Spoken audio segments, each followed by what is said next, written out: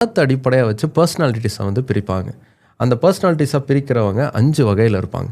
ஒருத்தங்க big spenders, அதிகமாக செலவு பண்ணுறவங்க. 2வது பணத்தை சேமித்து வைக்கக்கூடிய சேவர்ஸ். 3வது ஷாப்பர்ஸ், அவங்க வந்து அதிகமாக செலவு பண்ண மாட்டாங்க, ஆனால் ஷாப்பிங் டெண்டன்சிங்கிறது அவங்கக்கிட்ட அதிகமாக இருக்கும். 4வதாக இருக்கிறவங்க டெப்டர்ஸ், கடன் வாங்கிக்கிட்டே இருப்பாங்க. ஏதாவது ஒரு தேவைன்னா கடன் வாங்கிடலாம், இஎம்ஐ கட்டி சமாளிச்சுப்போம் அப்படிங்கிற எண்ணத்தோடவே இருக்கிறவங்க. 5வதாக இருக்கிறவங்க இன்வெஸ்டர்ஸ். இந்த 5வது கேட்டகரியை நோக்கி நம்ம நகர்றது தான் ஒரு ஹெல்த்தியான ஃபினான்ஷியல் கோலை வந்து உருவாக்கும்.